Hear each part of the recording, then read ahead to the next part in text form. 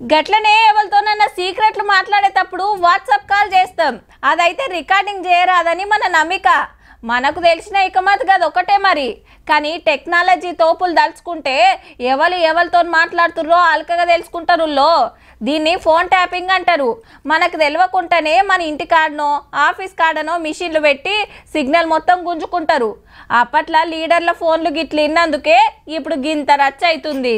Phone tapping ద్వారా వివరాలు సేకరించుకొని మా ఆఫీస్కు సంబంధించినటువంటి క్లర్కులను చుట్టుముట్టి మాది తప్పకుండా ఉందండి. మురళీ గారిది ఫోన్ ట్యాప్ చేస్తానే ఉన్నారు, మాకు తెలుసు. అందులో దయాకర్ రావు హస్తం ఉంది, ఇప్పటికే ఎంక్వైరీలో తెలుస్తా ఉంది. నవంబర్ 2020లో నా ఫోన్లు, నా కుటుంబ సభ్యుల ఫోన్లు విన్నారని నేను ఏదైతే ఆరోపించిందో అదే నిజమని ఇప్పుడు జరుగుతున్నటువంటి టెలిఫోన్ ట్యాపింగ్ కేసులో బయటకు వచ్చి. సిరిసిల్లలో మహేందర్ రెడ్డి గారి ఫోన్ ట్యాప్ చేసిండ్రు, వేములవాడలో ఆది శ్రీనివాస్ గారి ఫోన్ ట్యాప్ చేసిండ్రు. ఎక్కడ అభ్యర్థులు గట్టి పోటీ ఇస్తారని అన్నారో అక్కడ అందరి ఫోన్లు కూడా ట్యాప్ చేసిండ్రు. పార్టీలు లేవు, జెండాలు లేవు, మా ఫోన్ ట్యాప్ చేసిర్రు, మా ఫోన్ ట్యాప్ చేసిర్రు అని అప్పటి ప్రతిపక్ష లీడర్ అందరిది ఇదే మాట. BJP leader Raghunandan Rao, Congress MLA Srinivas Reddy sir అయితే సీదా డీజీపీ సార్ ను కలిసి కంప్లైంట్ చేసిండ్రు. వాజివే అని అరెస్ట్ అయిన ప్రణీత్ రావు ఒప్పుకున్నాడు, ఇంకో ఇద్దరు పోలీసులు అరెస్ట్ అయ్యారు. అసలైన ప్రభాకర్ రావు సార్ అమెరికాకు పరారయ్యండు. మొత్తం ఎంక్వైరీ చేస్తే వెనకాలన్న పెద్దలు బయటకు వస్తారనే చర్చ నడుస్తుంది.